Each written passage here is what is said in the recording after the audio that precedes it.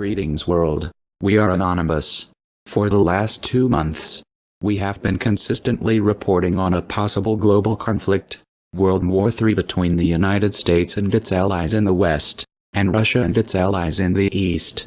The dispute on the South China Sea has severely damaged the United States' relations with the People's Republic of China, after the Permanent Court of Arbitration in The Hague ruled that China's 9-line claim in the South China Sea and its land reclamation activities on islets are invalid and unlawful. The United States has been preparing to sail in the area under a so-called freedom of navigation principle. This has angered the Chinese. In August, the Chinese Defense Minister, Chang Won-kwon, told his country's citizens to prepare for what he described as the People's War at Sea. Mr. Won-kwon was referring directly to the United States' planned provocation under the pretext of freedom of navigation. China has since vowed to take all necessary measures available to protect its sovereignty over the South China Sea, revealing that it had the right to set up an air defense zone on the sea. China has also since been positioning and testing its nuclear weapons, and planning military drills on its waters with Russia. Even the United States has confirmed that China has tested an intercontinental ballistic missile, which is capable of striking everywhere in the world within half an hour. Moving away from the South China Sea, we arrive in Syria. It is an open secret that the civil war in Syria is a proxy war between the United States and Russia. Russia has even intervened physically on the request of the Syrian government. The United States, unable to get any invitation, has been openly and secretly arming many rebel groups in the country, with open plans to overthrow the Syrian government. Of course, since Russia honored the invitation of the Syrian government last year, the war has been turning in favor of the Syrian government, which was falling before Russia's intervention. As we speak now, tension is mounting between the United States and Russia. Nerves are at their highest since the Cold War era. The United States, at the moment, is sitting on tenterhooks. Many officials in the President Obama administration are frustrated and confused regarding the situation in Syria. The United States has announced that it has ended all contacts with Russia in Syria. This announcement by the United States comes as Russia, beginning on September 22, intensified its military operations in Syria, with the intentions to capture the city of Aleppo for the Syrian government. Diplomatic efforts to put an end to the fighting in Syria have collapsed. As the Aleppo operation continues, Russia has given the United States a stern warning not to take any action against the Syrian government forces. In fact, there are many Russian jet fighters stationed in Syria, ready to shoot down any United States jet fighter that attempts to strike on the Syrian government forces. These developments from Moscow are not going down easily with the United States. The United States Secretary of State, John Kerry, is said to have urged President Obama to intervene and face the consequences from Russia. He is said to have even favored a nuclear deterrent against Russia. However, it appears that before Kerry could even make this suggestion to President Obama, the Russians had already gathered intelligence on the happenings within the White House.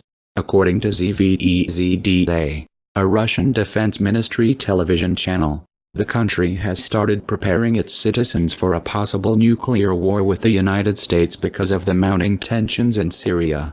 Russia has since moved to deploy nuclear-capable Iskander missiles in its westernmost region, Kaliningrad, which borders on NATO members of Poland and Lithuania. Due to how the situation has become, some top officials at the United States Defense Headquarters have finally spoken. These Pentagon officials have admitted that World War III is imminent, and that it's going to be deadly and fast. The military generals were speaking on a Future of the Army panel in Washington. A conventional conflict in the near future will be extremely lethal and fast, and we will not own the stopwatch, Major General William Hicks said. General Hicks also stated that China and Russia's armies are becoming increasingly technological, and that the Pentagon was getting ready for violence on the scale that the United States Army has not seen since Korea. His comments were also echoed by Lieutenant Gen. Joseph Anderson and Chief of Staff, Gen. Mark A. Milley, who described war between nation-states as almost guaranteed. The generals also said apart from the conventional battle, Cyber Battle 2 has become a reality against the United States, revealing that even smaller nations are launching it against the country. We are anonymous. We are legion. We do not forgive. We do not forget. Expect us. And one last point, which is this, that it's now Hillary Clinton who wants to start an air war with Russia over Syria by calling for a no-fly zone. We have 2,000 nuclear missiles on hair trigger alert, and Mikhail Gorbachev, the former premier of the Soviet Union, is saying we are closer to a nuclear war than we have ever been. Under Hillary Clinton, we could slide into nuclear war very quickly from her declared policy in Syria. So I sure won't sleep well at night if Hillary Clinton is elected. NATO and EU ships have flocked to the British coast where a Russian fleet is passing on its way to the Mediterranean. It's in international waters, but it's got the alliance on alert. Laura Smith's got the story. This flotilla of 8 ships headed by the Admiral Kuznetsov has headed down the eastern coast of the UK and, of course, into the English Channel, into the Dover Straits. The Norwegian Air Force filmed them when they were off the Shetland Islands. Those are some pretty great pictures. And then locals and media gathered to watch them in Dover. And, of course, they could see them off the coast because it's just 21 miles wide, that stretch of water. That was earlier on Friday. And, of course, they're being watched very closely by ships from the navies of a number of different countries. There's the UK's HMS Duncan, of course, which has been man-marking the flotilla, according to the Defence Secretary.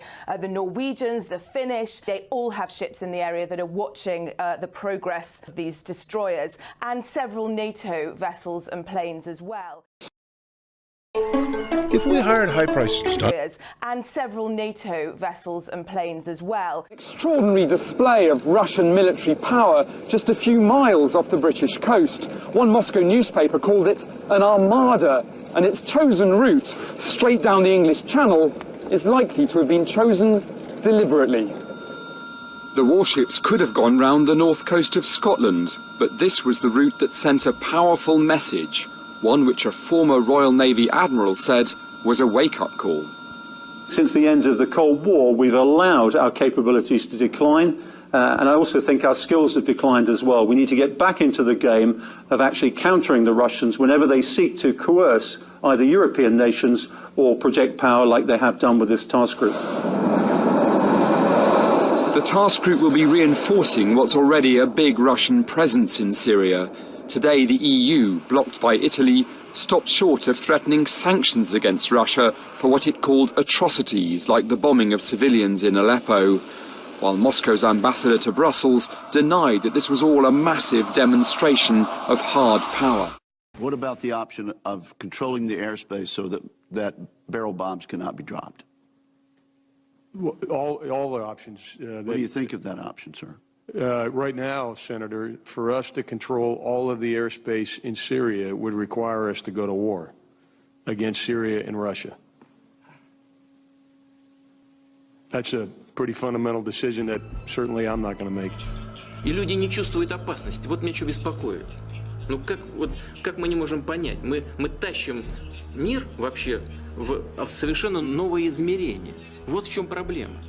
Делают вид, что как будто ничего не происходит. Но я не знаю даже, как достучаться. We're flying over Estonia now, but just over to the east, to the right, is Russia.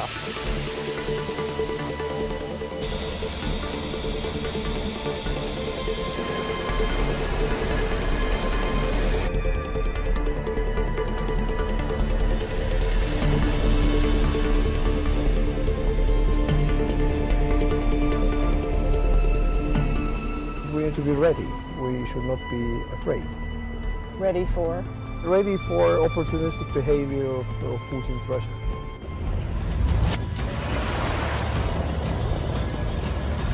These US Marines are about to perform their first ever amphibious landing from the Black Sea onto the Ukrainian coastline. 15 amphibious assault vehicles packed with both US and Ukrainian Marines secured a beach south of the port city of Odessa before heading inland as part of the annual multinational naval exercise Sea Breeze. This year the US Navy deployed 2 ships, the USS Ross, a guided missile destroyer, and